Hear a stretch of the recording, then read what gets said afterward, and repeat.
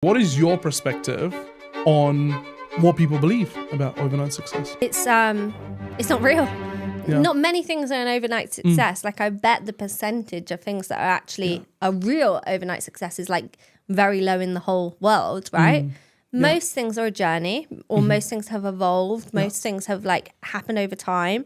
And one thing about brands or businesses is that to make a brand that lasts, the journey is very often not instant. Yeah. And, maybe you're first coming to knowledge about a brand or a business, or even if they've just done a launch, right? So it might be a fresh launch, but it doesn't mean that the business is new. And it doesn't even mean that the concept is new. That like concept that has become the new business could have been someone's like idea 10 years ago.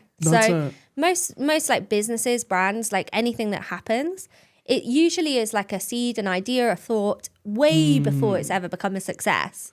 That's so interesting. It makes me think how everybody just believes in this rags to riches type of thought, doesn't it? Yeah. It's just everybody just thinks it's an overnight. You post a TikTok or an Instagram or a YouTube video, it gets 1 million views and that's it, you're set. There's actually a lot more that goes in the groundworks behind the scenes. Yeah. Yeah. So why do people believe in the myth of overnight success? I think the challenge in this is seeing the momentary effect of years of creative work over a short period of time. Yes. Right? So, for example, in the earlier episode, go and check it out, we talked about how people put a lot of time and energy in research, following the trends. We have followed a lot of trends with eStudios and with the business. Some of them have hit, some of them haven't. But the ones that have hit, people think, oh, wow, these guys have got it right. They know what's going on.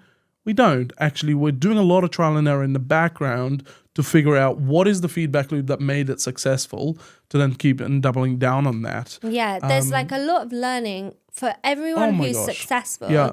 There's a lot of learning going on in the background that's got them to the point of where they are today, which is success. Yeah. And most people who are successful probably wouldn't say to you that it happened overnight. Absolutely not. Also, I've heard this thing that most people who are successful probably wouldn't just say that they could just do it again. Like, they almost feel like it's happened. Like, they're lucky that it's happened, or like they probably know the strategy, so they could replicate it, but they wouldn't necessarily feel that they're like an expert or that they've nailed it. They just they tried something, it worked, they replicated, they kept trying, they pushed into it. Do you see what I'm trying to say? Absolutely. But then there's also a difference between the overnight success happening and then staying there. Yes. Okay. Right? So let's talk about this with social media. Yeah. Obviously, social media can be a bit of a highlight reel. Absolutely. In our previous episode, we talked about like authenticity on social media, imposter syndrome, those kind of things. So it's like the image that you're curating online. So oftentimes social media is showing like what people want them to see. It's the highlights, the best case. Yeah. So therefore, you don't always see the struggles. So you don't see like the person struggling to get views or struggling to get likes, struggling to get followers. You just see them at that point of peak, success, right? And if like someone's a well-followed person on social media, like someone really famous or popular, you're now coming to knowledge of them at a point where they've already gone through that struggle. Yeah. So you're looking at them at like the end. You're not looking at the sort of like journey they've taken to get to where they are. And I think that's really important, like to just acknowledge that they have been on a journey to get to where they are. And people often think that, oh, if they can do it, I can do it. But I don't know to what extent they're prepared to put in the early mornings, the late nights, the repetition of conversations. For example, for some of you that are watching this, you might be a business with 10, 15, 20 people, or you might be a business of one or two, and you're navigating the conversation of constructive feedback, or navigating the algorithms or data. How do we manage that to make content successful? People don't see the time and energy that you spend with your team alone in the background until that one post performs, right? I know we have one of our clients that hit 150 million on one of the reels. Views on one reel, Like, how many months of effort, strategy, planning, testing went into that? Yeah. For people that might think, oh, he's just great at what he does. Right. But also, isn't it interesting? Because like for that specific client, Yeah. they had like a viral piece of content and then they grew like by like 60K followers because of like a couple of viral pieces of content, which was pretty dramatic decent. growth. That's awesome. Like a 60K for sure. increase.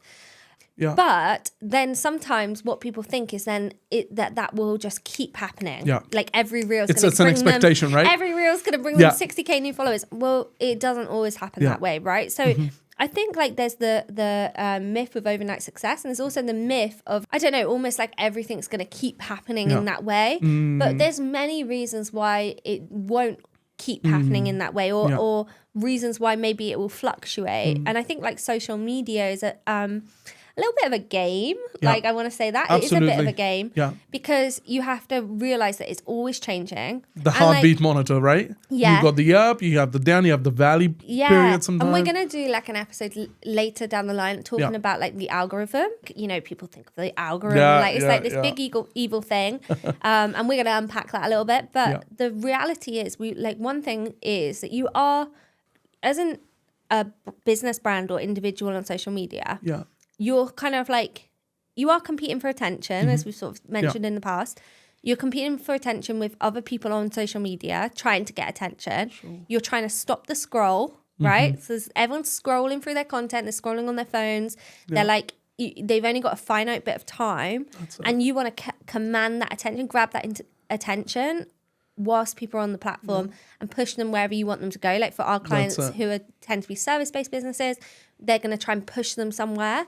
What you're thinking then is, if you're trying to catch that attention, why would you maybe one day catch attention and maybe not another day? Yeah. And there's so many things happening that could be affecting that. Detrimental for sure. Posting time, an algorithm change, a platform like reconfiguration, who's actually on Instagram at that point of the day, or on TikTok or on Facebook. Yeah. So there's so many different things going on. And I think you have to think like social media is an art, not a science, right? But there's some science behind it. Like you can monitor the metrics, you can do things to like make it more predictable. And there are elements that become predictable when you sort of start to learn what's working, and you can do replication.